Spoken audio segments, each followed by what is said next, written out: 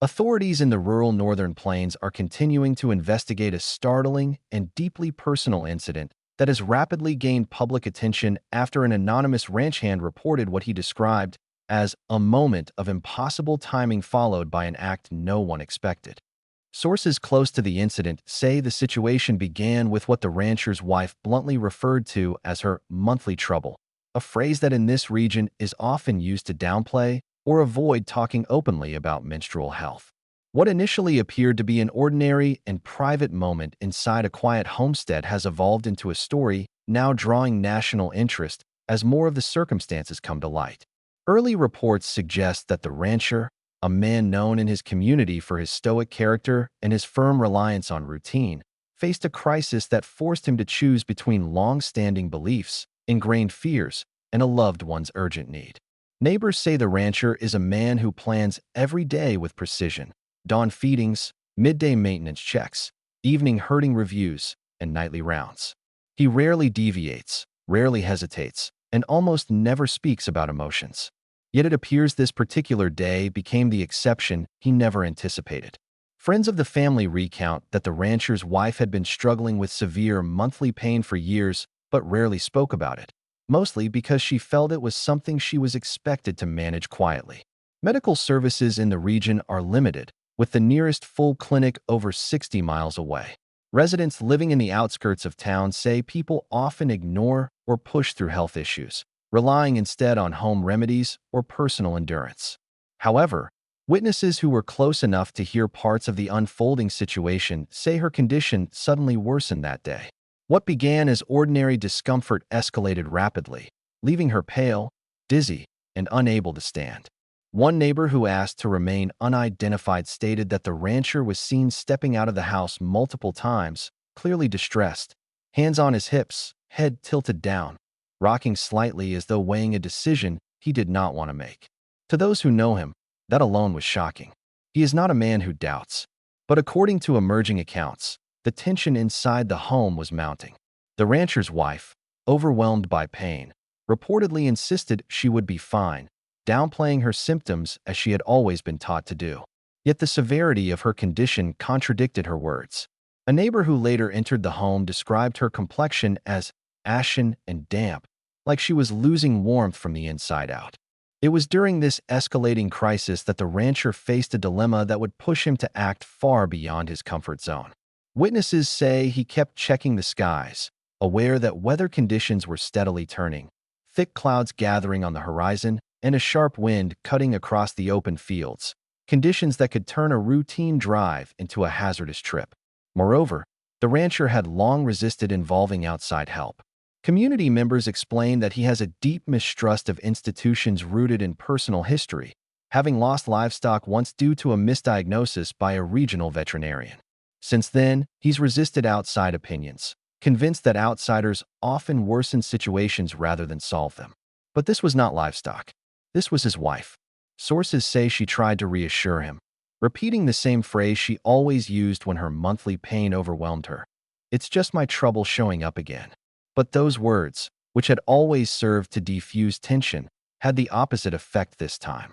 The rancher reportedly stared at her in silence, recognizing something was different. According to one neighbor who observed part of the aftermath, the rancher's breath had become unsteady, his hands trembling slightly, a rare sign of fear from a man who had endured cattle stampedes, winter blizzards, drought years, and mechanical disasters. Inside the home, the air had grown heavy with confusion and urgency. Everyday objects, boots, blankets, the half-finished cup of coffee, the rifle leaning by the door, were scattered around as if the house itself reflected the chaos inside the couple's minds. And then came the moment described by multiple individuals as the turning point. The rancher reportedly grabbed his keys, stepped outside, walked halfway to his truck, stopped, returned to the porch, paced back and forth, then went back inside. To those watching from a distance, he looked like a man wrestling with the weight of years. Years of habit, skepticism, pride, and the quiet but steady expectation that a rancher should be strong enough to handle everything within the borders of his land. But he could not handle this. Not this time. Sources close to the couple say his wife's condition plummeted within minutes. She was unable to sit upright without support, her skin spotted with cold sweat, her breathing shallow. This was more than monthly pain. The rancher reportedly knelt beside her and touched her forehead, something he had not done in public memory, even during illnesses or fevers. It was at that moment he recognized something he had refused to acknowledge. She needed help he could not give. And with that realization, witnesses say, the fear that had paralyzed him transformed into a single, decisive burst of action. He carried her to the truck, ignoring her protests, ignoring his own trembling hands, ignoring the menacing dark clouds rolling in from the west. A nearby ranch hand who saw the scene unfold described the moment starkly. He looked like a man carrying both his wife and every fear he'd ever pushed aside. As the rancher placed her inside the vehicle, reports indicate she attempted to tell him she would be okay, her voice faint and wavering. But he cut her off with a tone not of impatience, but of certainty, a tone that rare few had ever heard from him. And that certainty marked the beginning of what many are now calling a defiance of fate itself.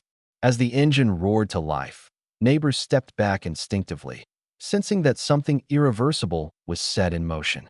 The rancher, known for staying rooted to his land as though he were part of the soil itself, was leaving it behind in a desperate act that neither he nor anyone else had ever imagined.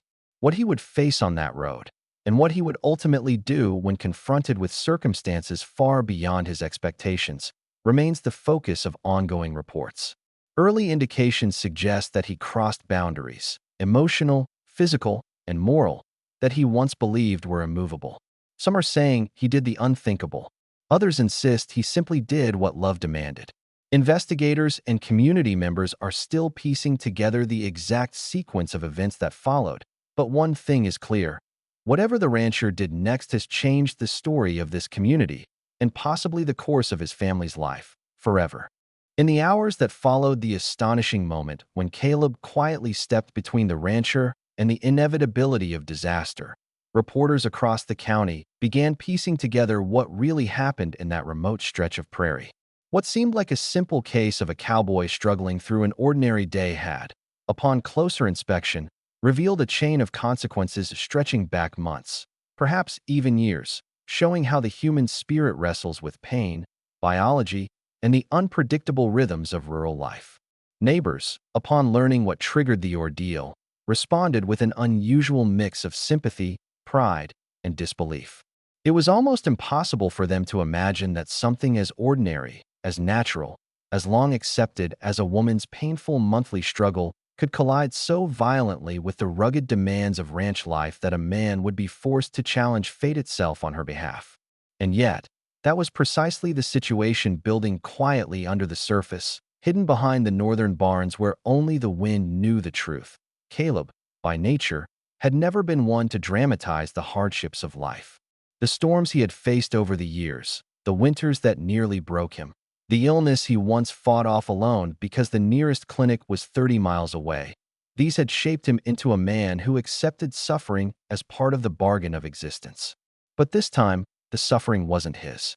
It belonged to Emma, the woman who worked beside him every morning, her hands often shaking, her forehead often sweating, and her voice betraying strain even when she tried to conceal it behind casual remarks.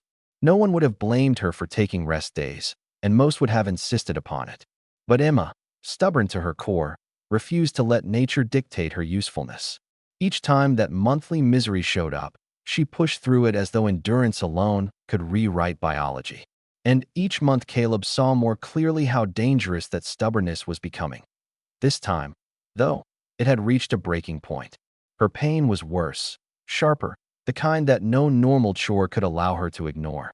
What started as a normal morning of feeding the horses quietly spiraled into a medical emergency faster than either of them anticipated.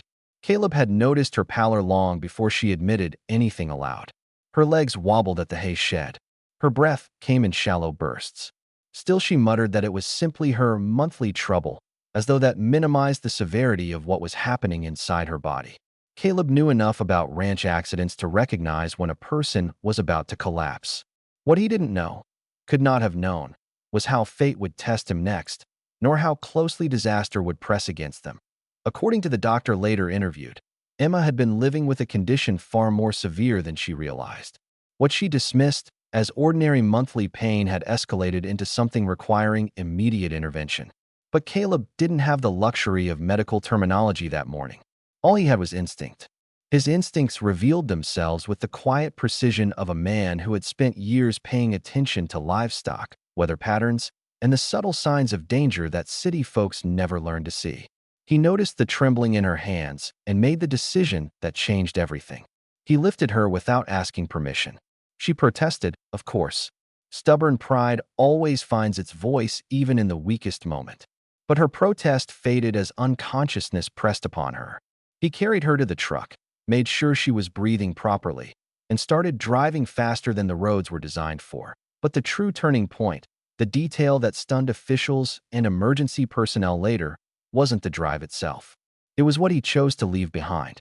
People across the county began discussing it when the sheriff's department confirmed it. Caleb had abandoned a nearly finalized cattle sale worth more than half his annual income. The buyer had traveled specifically to meet him. Caleb had been preparing for that deal for months, knowing how deeply it could change the future of his ranch. Yet the moment he saw Emma's life slipping into danger, he didn't hesitate. The contract, the money, the opportunity, it all stayed behind on the weather-beaten fence post, fluttering in the wind like an afterthought. Reporters called it reckless. Neighbors called it foolish. Some, however, quietly called it heroic. Emma regained consciousness only briefly during the drive, long enough to whisper an apology. The words, barely audible, struck Caleb with a weight neither of them would understand fully until later. She apologized because she believed her pain and her biology were inconveniences. She apologized because somewhere along the line she had learned that asking for help made her weaker. Caleb's heart twisted hearing that. As he drove, he didn't offer cliches or comforting lies. He simply said, "You're not a burden," because it was the one truth he needed her to hear. Doctors later confirmed that Caleb's speed and refusal to wait for anyone else possibly changed the outcome entirely. A few more minutes, they said, and the consequences would have been irreversible. The timeline of recovery, the extent of the internal damage, and the long-term health decisions she would now need to consider.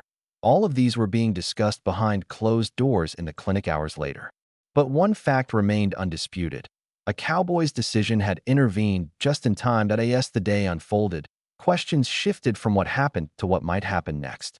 Some speculated whether Caleb's financial sacrifice would doom the ranch. Others whispered about whether Emma, now aware of the reality she had ignored for so long, would even be able to continue working on the land. But the most persistent discussion centered on motivation. Why would a man risk his livelihood, his stability, even his reputation, for something that wasn't technically his responsibility? Those close to the ranch understood, though no one voiced it outright. Caleb and Emma had long shared the particular closeness that forms when people work with their hands side by side, relying on each other without needing constant conversation. Trust grows differently in such isolation. Respect deepens. Silence carries entire paragraphs of unspoken meaning. And while neither of them would yet dare to define the nature of that bond, the truth was visible to anyone who cared to look. In the final analysis of the second portion of this story, what stood out wasn't just the drama or the near tragedy. It was the reminder that hardship often exposes the truest parts of people. Emma's pain revealed the quiet strength she had always carried. Caleb's response revealed the quiet devotion he never announced. The prairie, vast and indifferent, simply bore witness as it always does, unmoved by human emotion, yet providing the backdrop against which human courage is unmistakable. The following hours after the rancher's unbelievable decision became the talk of the entire county, though he himself remained unaware of just how far the story had already traveled. While he rode back across the dry scrubland toward home, dust blooming behind his horse, people whispered about him in grocery lines, at diner counters, in quiet living rooms where families discussed local news with the same seriousness they reserved for national headlines. His actions were already being shaped into something larger than a simple moment of decency. They were becoming a symbol of a kind of rare courage that didn't rely on guns, force, or anger, but on restraint, compassion, and a kind of moral instinct that couldn't be taught. By the time he reached his ranch, The sun had dipped low enough to cast the sky in shades of copper and rose, and he dismounted with the heaviness of a man who had carried both fear and resolve through the entire day. Inside the house, the quiet felt unusually thick, as though the walls themselves were waiting for him to collect his thoughts, to make sense of what had unfolded.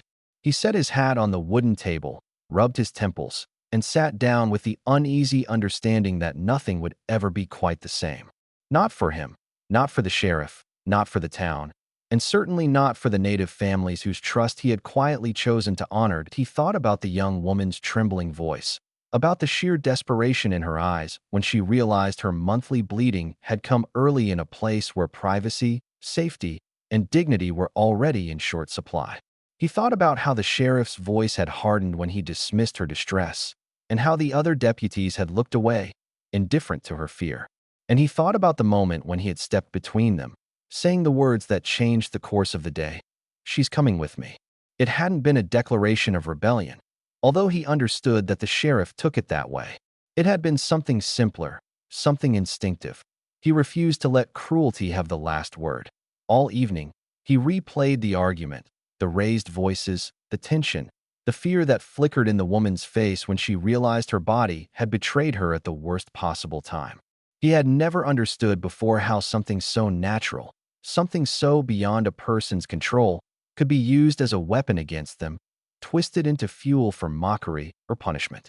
That realization settled deep, like a stone dropped into still water, sending ripples through every memory he had of how women were treated in the ranching community, how often their needs were dismissed as exaggerations, inconveniences, or weaknesses. It made him uncomfortable to confront those truths, but he didn't shy away from them. He had spent too much of his life doing the right thing quietly, without asking for approval. Night fell slowly over the ranch, the kind of slow descent that wrapped the land in a hush. Coyotes called from distant hills, and a soft breeze rustled through the mesquite trees.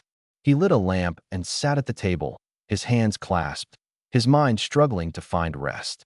He knew the sheriff would retaliate. Men like him never let go of humiliation easily, and standing up to him had certainly been seen as an insult.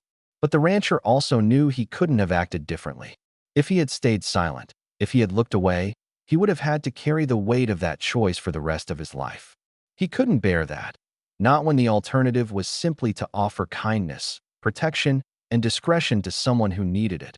Meanwhile, across the county, the native woman he had helped was telling her family the story, her voice shaking not from fear anymore, but from disbelief that anyone had stood up for her so fiercely. Her relatives listened in stunned silence, then with rising emotion, because this was not something that happened often. Their community was accustomed to facing hostility from outsiders, to moving carefully through a world that judged them before they even spoke. But this rancher, a man with no obligation to intervene, had done the unthinkable. He had seen her humanity first. Word of his actions traveled like a wildfire, carried from home to home, gathering weight and gratitude along the way as the days passed. The tension between the rancher and the sheriff simmered beneath the surface of the town. There were whispers about legal trouble, about the sheriff wanting to make an example of him, about fines or charges or public reprimands. But something unexpected began happening too. Other ranchers, farmers, and townspeople, many who had been silent witnesses to injustices for years, started reevaluating their own role in the way things were run.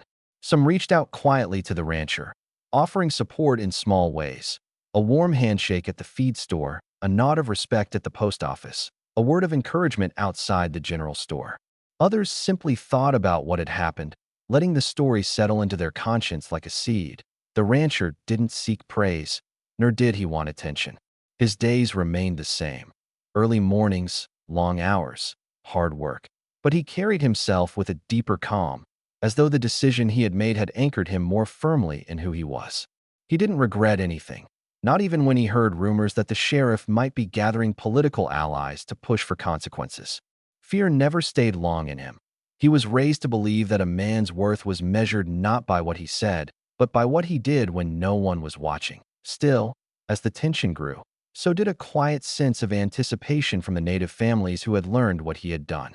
They were not a community that forgot kindness, especially not the kind delivered in moments of vulnerability.